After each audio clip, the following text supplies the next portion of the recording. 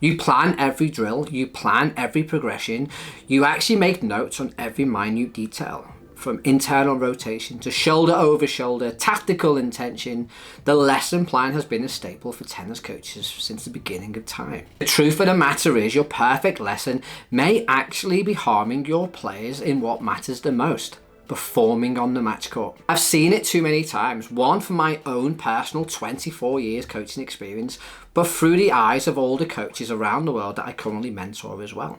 Tennis players look great in practice, but when it goes into a match situation, it all falls apart. When players play pressure points, they freeze, they hesitate, and they miss an awful lot of shots. It's not because they're not trying hard enough, they're not listening, or they're just not putting enough effort in. It's basically down to the coaching. It's just because we've planned for practice, not performance. That's why each and every Monday I send out my very special tennis coaching newsletter to coaches around the world, sharing my insight, my experience, and my research around ecological dynamics. Each coach gets 3 action points to take on court on a Monday evening and try and improve their coaching. Check out the link in the description down below. Here are 4 hard lessons most coaches need to know when planning lessons. Lesson number 1, most tennis lesson plans ignore the game. The classic hourglass has been around for many decades. We take something out the game itself, an open situation, we isolate it, we close down the skill, we give the player lots of repetition, we progress it, and then we put it back into the game. What we fail to understand is when we strip away context, it actually becomes a completely different skill. A skill in which we learn in a closed practice or a basket drill does not transfer into an open situation. That's why things like perception action are really important to keep coupled. When we decouple perception and action, we actually make the task more difficult for the players. That's why you'll see your players perform really well in a basket drill, but when you put it into a match, it disappears. Keep it contextualized. Make sure you couple perception and action, and make sure your practices look and feel like the game of tennis. Lesson number 2, skill needs a story, not a script. Too often do we believe learning takes place when a coach does a demonstration, when a coach explicitly tells the player through verbal instructions. But skill is not created in a vacuum. Skill needs perception, it needs information. And that information generally doesn't come from the coach. The information comes from the environment. The player's position, their opponent's position, the ball flight, the score, the wind, the sun, the complete environment the player finds himself performing in.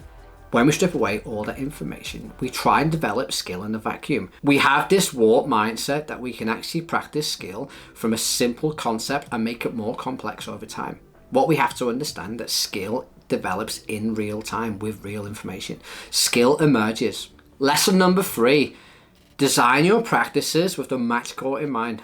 Instead of asking what shot can we work on today, ask yourself, how can I make my players win more points? More often than not, tennis coaches get obsessed with shots, forehand, backhand, serve. The most important thing that we need to remember is these shots need to be used to win points. Step back and watch your players play a game of tennis. I know that sounds a little bit crazy, but believe me, it really works. See how your players win points. See how your players lose points. Also look for opportunities for your players to win points, but they don't take them. This is more beneficial. Have a look at your players perform and play in a game situation and try and work out how you can help your players win more points. A classic example may be your player is slow to recover.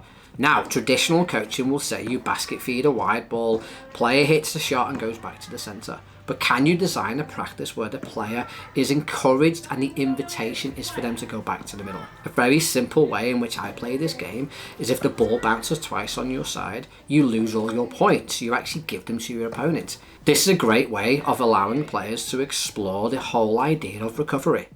Lesson number 4, repetition without repetition. Yes, we've talked about this an awful lot on the channel, but tennis players do not need repetition with repetition. They don't need to repeat the same action over and over again. Let's look at the classic contact point. People believe there's a correct contact point. That contact point should be out in front of your shoulders, in and around waist height. But that contact point needs to change. If I'm hitting a flat forehand, different contact point. Topspin forehand, different contact point. Forehand cross court, different contact point. Forehand down the line, you guessed it, different contact point. I do not need a correct contact point. I need an adaptable contact point. So I need to be able to make contact with the ball in lots of different ways, but to get the same outcome. This is what we call repetition without repetition. Stop designing your practice to have high volume of repetition, and now start to design your practices to have high volume of repetition without repetition.